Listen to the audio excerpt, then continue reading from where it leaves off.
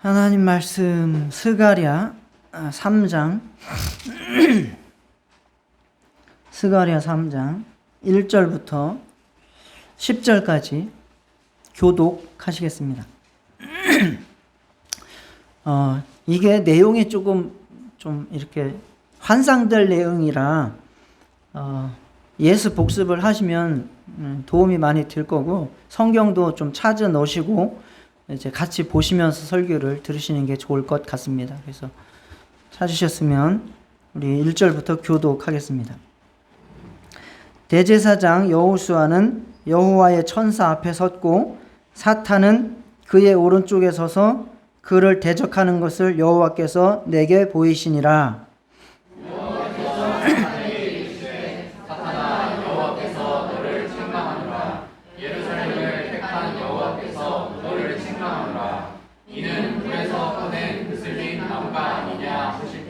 여호수아가 더러운 옷을 입고 천사 앞에 서 있는지라. 여호와께서 자기 앞에 선 자들에게 명령하사 그 더러운 옷을 벗기라 하시고, 또 여호수아에게 이르시되 내가 내 죄악을 제거하여 버렸으니 내게 아름다운 옷을 입히라 하시기로, 내가 말하되 정결한 관을 그의 머리에 씌우소서 하매 곧 정결한 관을 그 머리에 씌우며 옷을 입히고 여호와의 천사는 곁에 섰더라. 여호와의 천사가 여호수아에게 증언하여 이르되, 만군의 여호와의 말씀에 내가 만일 내 도를 행하며 내 규례를 지키면 내가 내 집을 다스릴 것이요 내 뜰을 지킬 것이며 내가 또 너로 여기 섰는 자들 가운데에 왕래하게 하리라. 대제사장 여호수아야, 너와 내 앞에 앉은 내 동료들은 내 말을 들을 것이니라. 이들은 예표의 사람이라. 내가 내 종 싹을 나게 하리라. 만군의 여호와가 말하노라. 내가 너 여호수아 앞에 세운 돌을 보라. 한 돌에 7눈이 있느니라. 내가 거기에 새길 것을 새기며 이 땅의 죄악을 하루에 제거하리라. 그날에 너희가 각각 포도나무와 무화과나무 아래로 서로 초대하리라 하셨느니라. 아멘. 예표의 사람들이라 라고 하는 제목으로 말씀드리겠습니다. 사실 우리가 은혜를 받는 것은 한 시간을 듣고 그래서 은혜 받는 건 아니에요. 딱 한 구절, 한 말씀이 여러분의 심령 가운데 찍 박히면 그것이 은혜가 되는 겁니다. 그런 구절들을 찾으시기를 바랍니다. 예표의 사람들이라, 이 말씀도 참 좋죠. 우리 여러분들은 예표의 사람들입니다. 그 도로 표지판이 있죠. 가다 보면 신호등도 있고 표지판이 있어서 왼쪽으로 가면 무엇이 나온다, 또 직진하면 뭐가 나온다, 몇 킬로가 가면 뭐가 나온다, 이렇게 예표를 해주는 표지판들이 있습니다. 여러분들이 바로 예수님을 표시해주는, 알려주는 예표의 사람들이 되시도록 지음받았고 또 그렇게 지금 다시 살고 계신 것을 또한 감사를 드리고 그러한 말씀을 오늘 나누도록 하겠습니다. 지난주에는 우리가 기억을 해보시면 1장 18절부터 시작해서 2장 13절까지 좀 긴 내용인데, 네 뿔과 네 대장장이의 환상이 있었고 또 측량줄을 잡은 사람 환상이 있었습니다. 이런 것들을 통해서 이제 이스라엘을 괴롭혔던 이방 민족들은 심판하고 이스라엘, 즉 예루살렘은 회복해서 성전을 재건하겠다. 그러니까 너희들은 이 성전 재건에 동참하고 이곳에서 축복을 받아라 라고 하는 말씀을 우리가 나눴습니다. 그래서 우리도 언젠가 바로 사라지고 없어질 것들에 목숨 걸지 말고 하나님의 구원과 나라의 소망을 두고 예수 안에 피해서 불성곽 되신 예수님의 보호 아래 살아갑시다 라고 말씀을 나눴습니다. 저번 주에도 그런 구절들이 몇 개가 있었는데, 예수님께서 친히 우리의 불성곽이 되어주신다라는 말씀, 여러분들이 가슴에 새기시면 얼마나 든든하겠습니까? 예수님이 나의 불성곽이 되어주신다, 이런 말씀들. 자, 오늘은 또 다른 환상, 이게 스가랴의 환상이 8개가 나옵니다. 8개. 대제사장 여호수아에 관한 환상입니다. 그래서 그에게 하나님께서 어떻게 그의 모습이 처참하게 망가졌는지, 그리고 그를 다시 회복시키시는지, 이제 그러한 말씀들을 나누도록 하겠습니다. 이 성화가 이제 이 본문을 4장을 전체적으로 묘사를 하고 있는데요. 사탄도 있고 여호와의 천사도 있고 스가랴도 있고 7눈 있는 돌도 있고 이제 이러한 장면들이죠. 자, 그래서 스가랴의 환상의 내용을 먼저 한번 살펴보도록 하겠습니다. 읽은 내용들을 살펴보시면서, 자, 여호와의 천사가 있어요. 여호와의 천사나 여호와나 그걸 구별하지 마세요. 그걸 굳이 구별할 필요가 없습니다. 하나님께서 일하시는 방식이 그 대신 세워서 하는 거기 때문에 똑같은 거예요. 그러니까 굳이 여호와의 천사와 여호와를 구별할 필요가 없다. 여호와가 앞에 계시고 그 앞에 누가 있어요? 이게 여호수아가 있어요. 이 여호수아는 창세기, 출애굽기, 레위기, 민수기, 신명기 다음에 나오는 여호수아와 같은 사람일까요? 아닐까요? 같은 사람이에요. 이것도 투표해봐야겠네. 신명기 다음에 나오는 여호수아와 같은 사람이다 1번, 다른 사람이다 2번. 자, 같은 사람이다. 같은 사람 손들어. 자, 3명, 김시현 선생님까지 4명. 다른 사람이다. 다른 사람이다. 다른 사람이 한 5명 되네요. 다른 사람이죠. 시간차를 봐도 어마무시한 시간차가 있지 않습니까? 근데 이름이 같은 거죠. 동명이인이죠. 나중에 살펴보겠지만 여호수아라는 이름은 결국 예수아라고 하는 이름이 됐다가 예수라고 하는 이름으로 변해요. 똑같은 여호수아나 예수아, 하나님은 나의 구원이시라는 뜻이에요. 똑같아요. 자, 그 여호수아는 지금 직분이 뭐예요? 대제사장입니다. 대제사장 여호수아가 여호와의 천사 앞에 섰고, 그만 서 있는 게 아니라 그 맞상대로 누가 서 있어요? 사탄이 맞상대로 서 있어요. 재판정을 상상하시면 되겠습니다. 재판정. 판사가 앞에 섰고 원고가 보통 오른쪽에 있죠. 김시영 선생님, 원고가 오른쪽에 있어요? 그거는 변호사 시험 안 나와? 보통 그 영화 같은 데 보면 검사가 오른쪽에 서죠. 검사. 그리고 변호사가 왼쪽에 섭니다. 보통 제가 이제 영화를 보면 그렇게 섭니다. 그렇습니다. 사탄이 오른쪽에 있어요. 그리고 왼쪽에 이제 대제사장 여호수아가 서 있는 거예요. 그래서 사탄은 계속 그 여호수아한테 뭐라고 하는 겁니까? 사탄이 여호수아한테 뭐라고 하는 거예요? 성경 표현상으로는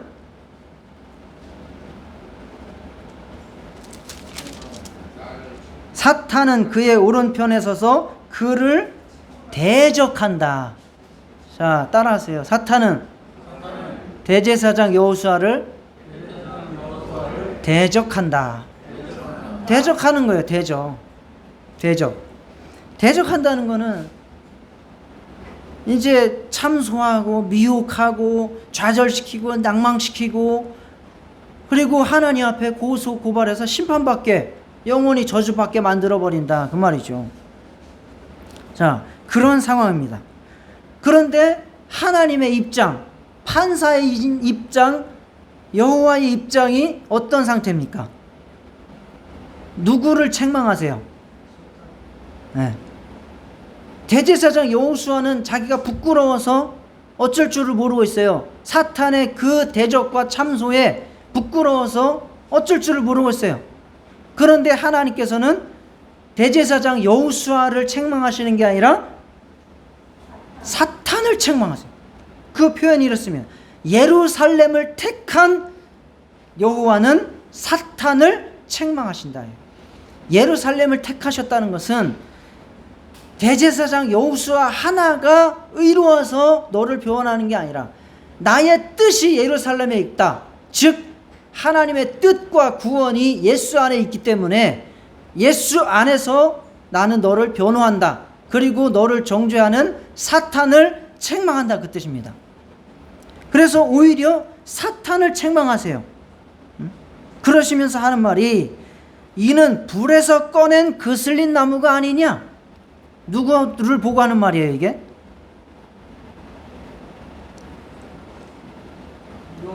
여호수아죠. 대제사장 여호수아의 모습이 바로 불에서 꺼낸 타담한 그슬린 나무와 같은 그런 상태가 아니냐. 아궁이에 불 지펴보셨죠? 거기에 한번 불 붙으면 나무 순식간에 타버리죠. 그리고 그렇게 그슬린 나무들은 제목으로 쓸 수가 없어요.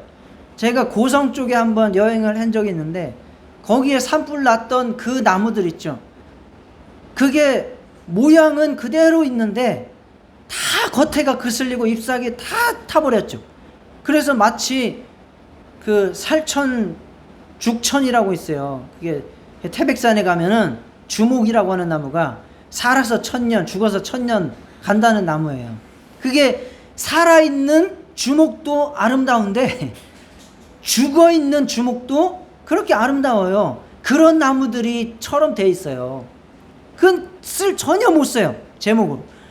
그러한 나무가 처럼 그렇게 대제사장 여호수아가 그러한 상태에 되어 있다는 거예요. 즉 심판을 받았고 쓸모가 없게 되었다라고 하는 의미겠죠. 그리고 그 심판을 행하는 데 있어서 도구로 쓰임받은 게 누구겠어요? 사탄이죠. 사탄이 옳았구나, 너 한번 죽어봐라, 하나님의 심판이 너에게 임한다 라고 사탄이 그 율법과 죄 지었으니까 그걸 이용해서 불에다가 쳐넣은 거죠. 그런데 하나님은 지금 사탄을 책망하신다는 거죠. 그게 은혜입니다. 그게 은혜죠. 그리고 여호수아의 상태가 어떠냐? 더러운 옷을 입고 천사 앞에 서 있다 그랬어요. 부끄럽죠. 그리고 그 영적 상태가 지금 온전치 못하다는 거예요. 그런데 하나님께서 천사들에게 말씀합니다. 대제사장 여호수아의 더러운 옷을 벗기라. 내가 여호수아의 죄악을 제거하여 버렸으니 내게 아름다운 옷을 입히리라. 예수님께서, 즉 여호와께서, 하나님께서 대제사장 여호수아의 더러운 옷을 다 벗기고 그리고 그 죄를 내가 다 사했다 선포하시고 이제 아름다운 옷을 그에게 입히라, 그렇게 말씀을 하셨습니다. 혹시 추우신 분들 계시면 김정현 선생님 그걸 날개를 내리고 선풍기를 한쪽으로 이렇게 돌려주시면 추우신 분들은 좀 덜 그렇게.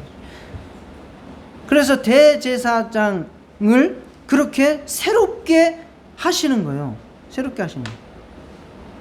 그런데 거기다가 스가랴는 갑자기 환상을 보다가 끼어들어요.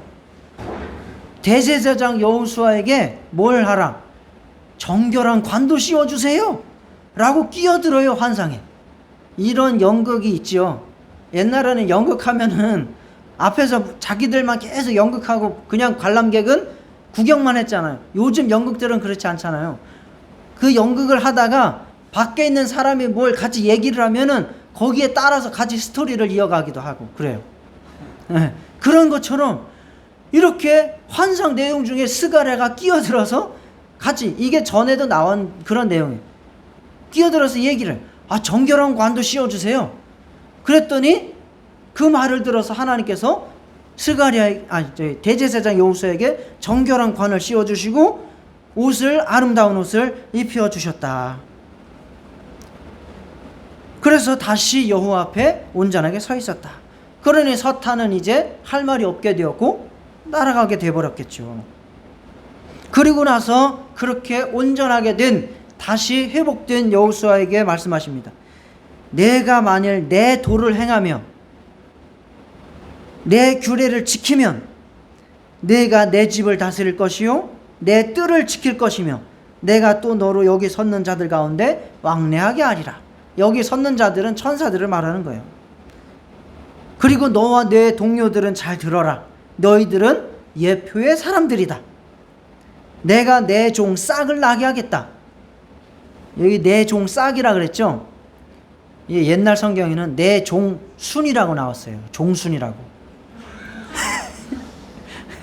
내 종 순이라고 나왔어요. 근데 지금은 내 종 싹이라고 바뀌었습니다.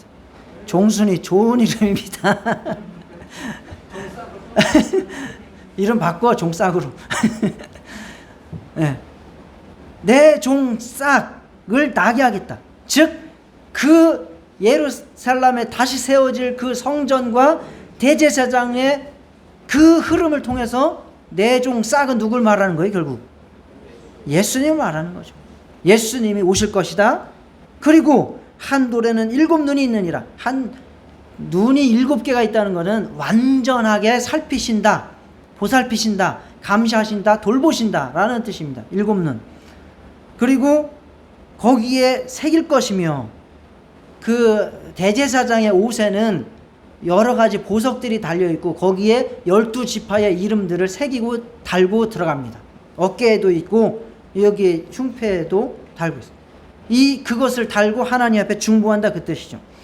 그래서 내가 그것을 달고 이 땅의 죄악을 하루에 제거하리라. 결국 누구의 사역을 예언하시는 겁니까?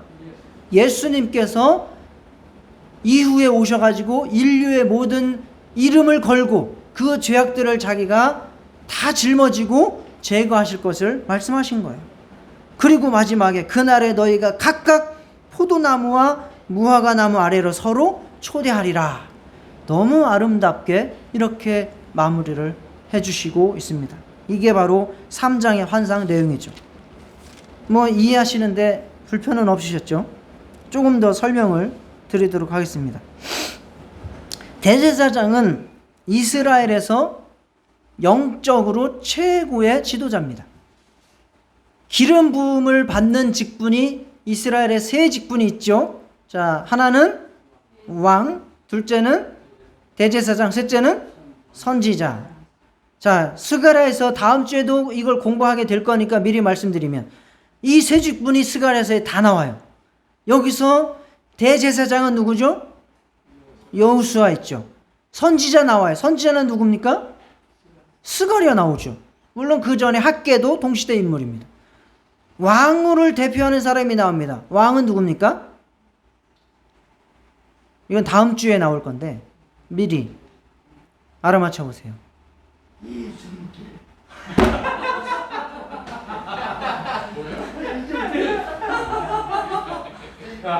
이단 나셨네. 그래요. 하나님 나라의 왕자다 할게요. 왕 나는 왕자다. 하나님 나라의 나는 왕자다. 왕이십니다. 여기에 왕은 당시는 완전한 독립국가가 아니었기 때문에 총독으로 나오는데 그 총독의 이름이 바로 스룹바벨입니다. 그래서 이단 중에 스룹바벨 선교회라는 이단도 있어요. 그 스티커 같은 거 붙이고 그 큰 역사회 같은 그런 거 전도하는 사람들이 스룹바벨 선교회 또 나오는데 그 역할이 지금 스가랴에서 엄청나게 크기 때문에 그런 것들을 갖다 쓰는 거예요. 자, 어쨌든 그런데 그래서 영적인 최고 권위자는 바로 대제사장이었는데 그래서 대제사장은 성전을 다스리면서 그곳에서 하나님을 모시고 섬기고 백성들을 거룩하게 만들어서 정말 하나님께 축복받는 나라가 되게 하는 그러한 직분이 바로 대제사장이죠. 그런데 이스라엘이 왕권 국가가 되면서 누구의 힘이 세졌습니까? 왕권 국가가 됐으니까 누가 힘이 세게지겠어요? 왕의 힘이 세죠, 당연히. 왕의 힘이 세지고 그래서 왕이 뭘 할 것이냐, 군사, 경제, 외교 이런 것들을 굉장히 중요시하면서 다스리다 보니까 이러한 대제사장이나 선지자의 힘이 약화되는 거죠. 특히 선지자 같은 경우는 그나마 좀 나은데 대제사장 같은 경우는 전부 누구의 어용 제사장이 돼버립니까? 왕의 어용이, 그게 어용이죠. 왕이 쓰는 대제사장이 돼버린다. 그 하나님 말씀을 들어서 성전을 이끌어가는 게 아니라 왕의 뜻에 따라서 그렇게 성전을 이끌어가고 백성들을 몰아간다. 그렇게 돼버린 거죠. 그러니까 대제사장이 다 타락을 해버린 거죠. 그러다가 결국 나라가 멸망하게 되고 성전이 다 파괴되었습니다. 그러면 대제사장 설 자리가 있어요, 없어요? 대제사장도 다 끌려갔어요. 스가랴 할아버지부터 끌려갔으니까. 그게 대제사장 역할을 지금 하고 있습니까? 못하죠. 그러니까 그슬린 나무죠. 불에 그슬린 나무들이에요. 지금 이방 땅에서 페르시아에서 태어난 스가랴 대제사장 여호수아도 할 말이 없는 거예요. 지금 할 말이 없어요. 날 때부터 지금 이방 땅에서 태어났는데 무슨 할 말이 있습니까? 그게 바로 불에서 불을 꺼낸 그슬린 나무 대제사장 여호수아의 모습이죠. 더러운 옷을 입고 있는 바로 여호수아의 모습을 말하는 거예요. 그러니 사탄이 하는 말은 뭐예요? 너희가 지금 성전 재건한다고 깜짝거리고 있는데 그거 해봤자 무슨 소용이 있어? 너네 대제사장 있어? 성전에서 제사할 사람 있어? 자격 있는 사람 있어? 다들 지금 죄인이잖아. 그리고 페르시아에서 끌려갔다가 거기서 죄짓고 태어난 놈들이 무슨 역할을 할 수 있겠어? 라고 지금 사탄이 참소하는 거죠. 꾸짖는 거죠. 대적하는 거죠. 스가랴서를 잘 들으셔야 됩니다. 이단들이 스가랴서를 엄청나게 써먹는 거거든요. 나중에도 다음 주에도 보시겠지만 이런 환상들을 써먹어요, 그들이. 자, 그렇게 그런 상황. 사탄의 이러한 참소가 아예 근거가 없는 내용들이 아니에요. 사탄은 그래서 항상 우리를 미혹하고 넘어뜨리고, 그리고서 넘어지면 누구한테 고소해요? 하나님께 고소해요. 이것들이 그렇게 악한 짓을 하죠. 그러나 하나님께서는 아까 보셨듯이 여호수아를 책망한 게 아니라 예루살렘을 택한 내가 사탄 너를 책망한다. 그렇게 책망하시는 거예요. 그러시면서 하는 말씀은 불에서 꺼낸 그슬린 나무가 아니냐. 즉 이 말은 뭐냐면 이스라엘은 죗값을 넘치도록 다 치르지 않았느냐라는 거예요. 우리가 저번 주에 살펴봤죠. 하나님께서 한 대 때리려고 했는데, 즉 이스라엘을 한 대 때리려고 했는데 그 이방 민족들은 몇 대 때렸다? 죽도록 때려버렸다는 거예요. 그래서 하나님이 지금 누구 편이 돼버렸어요? 이제 이스라엘 편이 된 거예요. 이스라엘을 불쌍히 여기게 된 거예요. 지금도 똑같은 그런 심정이에요. 불에서 꺼낸 그슬린 나무가 아니냐. 지금 이스라엘은 죗값을 다 치르고도 넘치도록 치렀다. 그러니 네가 더 이상 대제사장 여호수아에게 참소할 것 없다. 지금 여호수아 편을 들어주시고 있는 거예요. 그래서 이미 죗값을 다 감당했기 때문에 내가 이 대제사장 여호수아의 죄악을 제거하여 버렸다. 빚이 30조 있었는데 탕감시켜버렸다. 그렇게 지금 선언을 하신 거예요. 대제사장 여호수아가 얼마나 자유하겠습니까? 얼마나 기쁘겠습니까? 그래서 그에게 더러운 옷을 벗기시고 아름다운 옷을 입히시고 스가랴가 같이 동력을 해서 정결한 관을 씌우소서. 이 관을 씌웠다는 것도 대제사장 위임식의 장면이기도 하고요.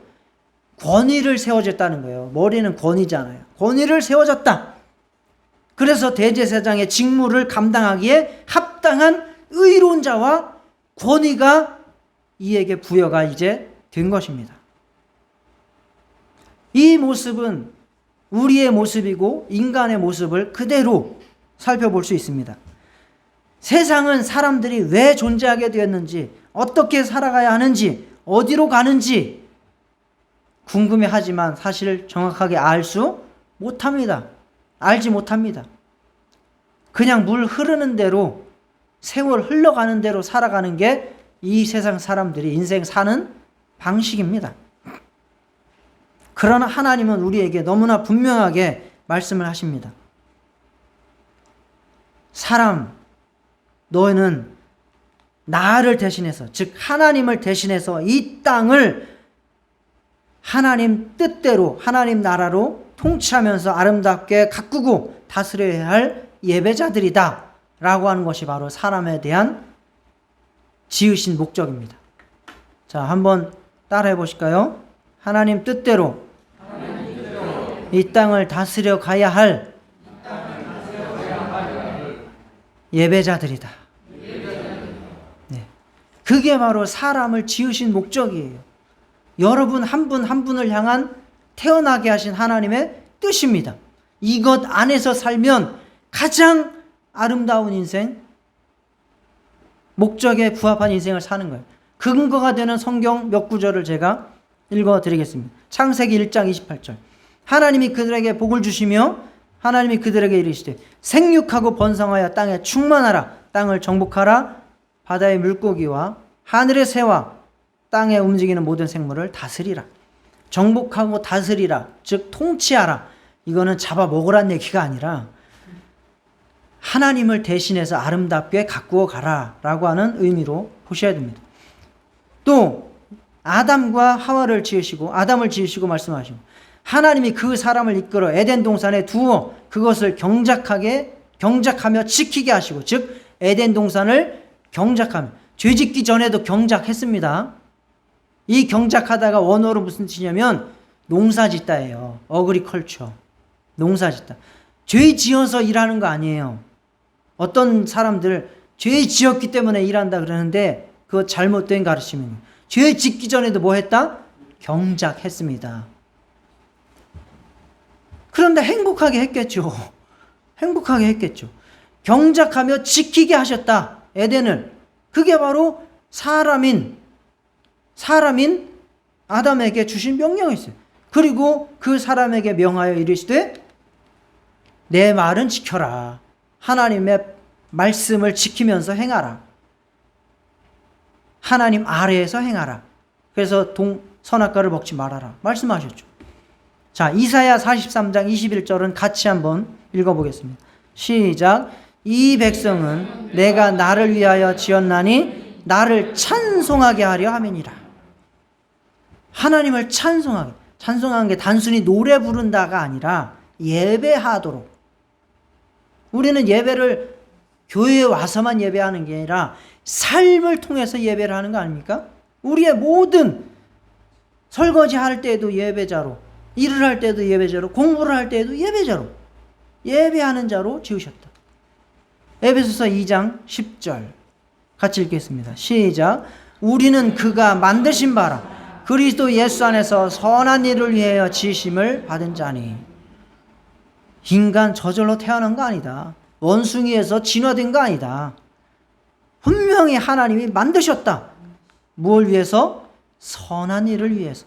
여기서 선한 일은 하나님이 시키신 일이 선한 거예요. 하나님이 시키신 일을 위해서 다 똑같죠? 다 똑같습니다. 하나님께서 그가 만드신 세상에서 그를 대신해서, 즉 예표자로 다스리면서 예배하는 삶을 살아가도록 지음받은 존재들입니다. 그러나 이스라엘 역사에서처럼, 그리고 대제사장의 모습처럼 우리는 그 삶을 제대로 살지 못했다는 거죠. 우리는 하나님을 섬기는 일을 버리고 자기 자신을 섬기고 세상 것들을 우상으로 섬기면서 우리의 영혼은 하나님보다 높아져서 단절되고, 그리고 더러운 영혼, 쓸모없는 인생이 되고 말았습니다. 즉 폐기 처분 대상이 되었다는 거예요. 솔직히 그렇습니다. 인생들이 각자 자기가 볼 때는 정말 아름답고 멋진 인생들 같지만 하나님 편에서 그렇게 살아가는 인생들을 볼 때 그게 무슨 의미가 있겠어요? 사람들이 나 행복하게 살아 이러면서 오늘은 동해바다 가가지고 서핑을 즐겨. 뭐 어디 가가지고 이런 스노클링을 즐겨. 멋있게 사네. 근데 하나님 입장에서 한번 생각해 보세요. 그게 무슨 가치가 있나? 정말 죽도록 주님을 위해서 일하고 조금 쉬러 갔다 그러면 이해는 할 수 있겠어요. 그러나 그것도 아니면서 그렇게 자기 만족과 자기의 행복을 위해서 즐겁게 살아가는 그 인생이 하나님의 입장에서 봤을 때 무슨 가치가 있습니까? 어떤 가치가 있어요? 냉장고를 샀는데 냉장고가 전자레인지요. 그게 무슨 가치가 있어요? 덩치는 커가지고 집을 다 차지하고 있으면서 시원하기를 못하고 얼리지를 못하고 있어요. 그거 뭐 하겠어요? 그게 인간이라는 거예요. 그게 인간이라는 거예요. 자, 로마서 3장 11절 12절. 타락한 인간의 모습, 기록된 바 의인은 없나니 하나도 없으며 깨닫는 자도 없고 하나님을 찾는 자도 없고 다 치우쳐 함께 무익하게 되고 즉 폐기 처분하게 되고 선을 행하는 자는 없나니 하나도 없다. 아까 인간 선을 위해서 선한 일을 위해서 지었다 그랬죠. 그런데 선을 행하는 인간이 한 명도 없다는 거예요. 이게 하나님의 판단이고 사탄의 참소의 내용입니다. 로마서 6장 23절. 그래서 죄를 지은 거죠. 죄의 삭은 뭐다? 사망. 불에 그슬리는 정도가 아니라 그냥 지옥에 불 때는데 쏘시개로 들어가야 된다 그 말이에요. 그러나 우리가 대제사장의 재판 과정에서 본 것처럼 하나님은 대제사장의 죄를 사했던 것처럼 하나님의 아들 내 종 싹을 보내셔서 우리의 이름을 다 그 가슴에 담고 우리의 죄를 단번에 대속하셨어요. 이스라엘은 자기의 죄를 누가 담당했어요? 이스라엘은 누가 그 죄 담당했어요? 자기들이 담당했어요. 심판 페르시아 가가지고 끌려가서 70년 동안 누가 대신 담당했어요? 자기들이 담당한 거예요. 네. 그래서 그슬린 나무가 되어서 온 거예요. 아주 다 타서 수검댕이가 되지 않은 게 다행인 거예요. 거기서 끊어진 게 은혜예요. 하나님의 은혜예요. 그러나 지금 우리는 그슬린 나무가 됐는데 그 대신 타버리는 일을 누가 담당하는 겁니까? 예수가 담당하는 거예요. 예수께서. 그래서 그게 내 종 싹을 보내는 거예요. 그 우리의 이름들을 예수님이 다 달고 그가 십자가에 달려서 피 흘려 죽으심으로 우리를 복권시킨 거예요. 뭘로? 하나님의 자녀로 복권시키고 다시 하나님의 일을 할 수 있는 의와 자격을 갖춘 제사장으로 복권을 시켜주신 겁니다.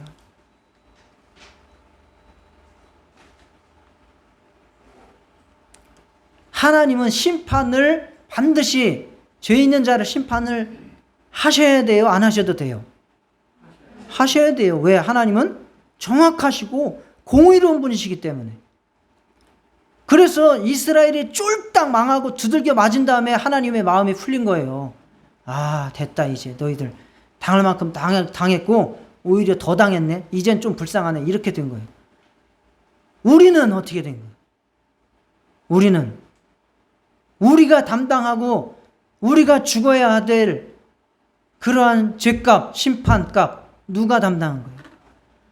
하나님의 아들이 대신 십자가에서 죽으셔서 하나님의 마음을 풀어드린 거예요. 그래, 됐다. 이제 인류의 죄값 네가 다 담당했으니 됐다. 내가 인간들을 향한 노여움을 풀겠다. 이렇게 된 겁니다. 하나님의 마음을 예수께서 시원하게 해드린 거예요. 할렐루야. 그래서 그가 우리의 죄를 단번에 영원한 제사로 담당하셨다. 모든 사람의 죄를 범하였음에 로마서 3장 23절 24절 하나님의 영광에 이르지 못하더니 그래서 예수 안에 있는 속량으로 말미암아 하나님의 은혜로 값없이 의롭다함을 얻은 자 되었으니. 값없이 의롭다함을 얻었어요. 구원 받았어요. 하나님의 자녀 되었어요. 하나님의 일꾼 다시 되었어요. 그러나 값없이 되었다는 말은 맞으면서도 틀린 거예요. 우리는 값없이 의롭다함을 받았다고 말할 수 있으나 사실 하나님의 입장에서는 값없이 된 일이 아니에요. 누구 값을 대신 치른 거예요. 하나님의 아들 목숨값을 대신 치르고 우리가 의롭다함을 받은 겁니다. 그래서 우리는 예수 그리스도를 믿음으로 예수 그리스도로 옷 입게 되는 거예요. 이전까지는 우리의 정과 욕심으로 더러운 옷으로 덕지덕지 누더기 옷을 입고 있어요. 마치 돌아온 탕자에서 둘째 아들이 집 나가가지고 거지 꼴을 해가지고 돌아오듯이 우리는 그런 꼴을 해가지고 돌아왔어요. 그러나 돌아왔을 때에 아버지가 어떻게 했어요? 저거 씻기고 자색 옷을 갖다 입혀라. 그것처럼 우리의 정과 욕심을 벗겨버리고 예수 그리스도를 믿는 자에게 침례, 세례를 받을 때에 예수 그리스도로 옷 입게 하셨습니다. 누구든지 그리스도와 합하기 위하여 침례를 받은 자는 그리스도로 옷 입었느니라. 할렐루야. 하나님의 입장에서는 우리의 속에 있는 알몸을 보십니까? 옷 입고 있는 모습을 보십니까? 옷 입고 있는 거 보신 거예요. 그슬린 나무 긁어내고 새 순, 새로운 생명이 솟아나서 새 싹이 나서 다시 푸른 나무가 되게 하셨다는 얘기죠. 그리고 성령을 우리에게 믿는 자들에게 부어주십니다. 오직 성령이 너희에게 임하시면 너희가 권능을 받고 예루살렘과 온 유대와 사마리아 땅끝까지 이르러 내 증인이 되리라. 증인이 된다. 즉 하나님의 대리 통치자가 된다. 하나님을 섬기는 자가 된다. 예배자가 된다. 다시 자격을 회복하게 되셨습니다. 옆 사람하고 인사하시겠습니다. 자격 회복하신 것을 축하드립니다.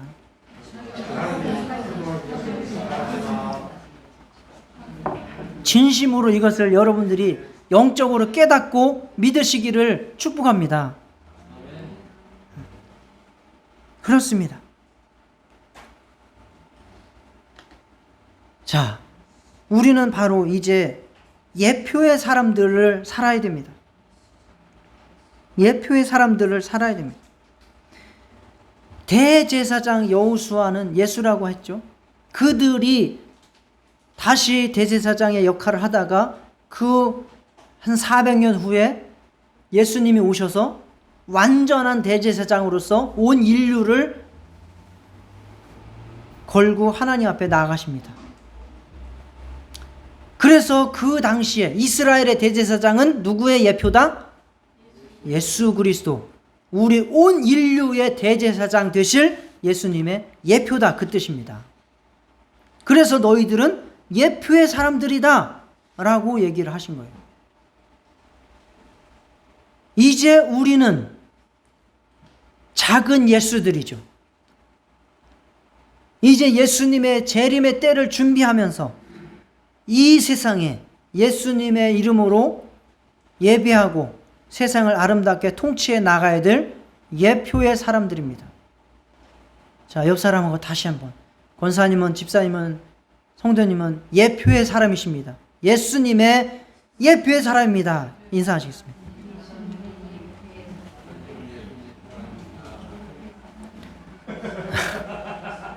그래서 여러분들을 보고 하나님의 살아계신 것을 믿게 만들고, 여러분들을 보고 정말 예수님께서 은혜가 넘치는 분임을 믿게 만들고, 여러분을 보고 예수님이 얼마나 우리의 죄를 담당하셨는지를 깨닫게 만들고, 예수님이 재림의 길을 준비하게 만들 수 있는 그러한 사람들이 삶을 살아가시기를 축복합니다.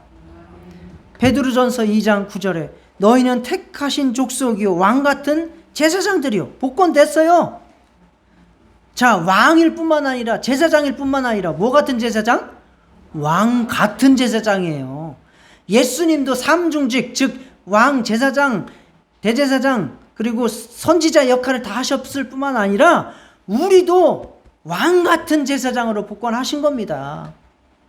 거룩한 나라에 그의 소유가 된 백성이니 이는 너희를 어두운 데서 불러내어 그의 기이한 빛에 들어가게 하신 이의 아름다운 덕을 선포하게 하려 하심이라. 덕을 선포한다. 즉 예표한다. 예수님을 표시한다. 그 말입니다. 예수님을 표시하는 사람. 그리고 이제 마지막 구절이죠. 그날에 너희가 각각 포도나무와 무화과나무 아래로 서로 초대하리라. 서로 초대하리라. 포도나무와 무화과나무는 이스라엘의 상징이고 이스라엘의 축복의 상징이고 적과 꿀이 흐르는 가나안 땅의 상징입니다. 즉 이것은 예수님이 가져오실 평화와 구원과 축복과 번성과 화목의 상징입니다. 우리는 모두 예수 그리스도 안에서 정말 무화과나무 아래, 포도나무 아래 그렇게 축복과 구원과 행복한 그러한 신앙생활을 하는 사람들이 되시기를 축복합니다. 뿐만 아니라 서로 초대하리라 그랬어요. 서로 초대하리라. 서로 초대하리라. 그 예수님의 구원과 축복 아래에 번성과 그런 행복한 하나님 앞에 쓰임받는 삶 아래로 서로 초대한다는 거예요. 나만 하는 게 아니라 우리는 다 똑같이 불에 그슬린 사람들이에요. 제 모습 보세요.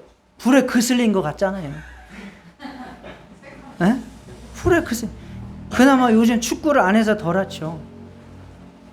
불에 그슬렸잖아.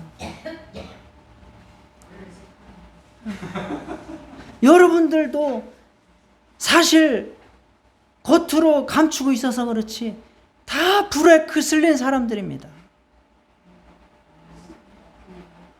그러나 그러한 정말 쓸모없고 초라한 인생들도 예수님께서 새롭게 복권하여 주셨으니 우리 서로도 서로 인정하고 서로 용서하고 서로 존중하고 서로 화목하게 예수님 아래에서 신앙생활하고 함께 그러한 축복의 삶을 살아가실 수 있기를, 그러한 성도가 되시고 그러한 교회가 될 수 있기를 축원합니다. 다 같이 기도하시겠습니다. 하나님 아버지,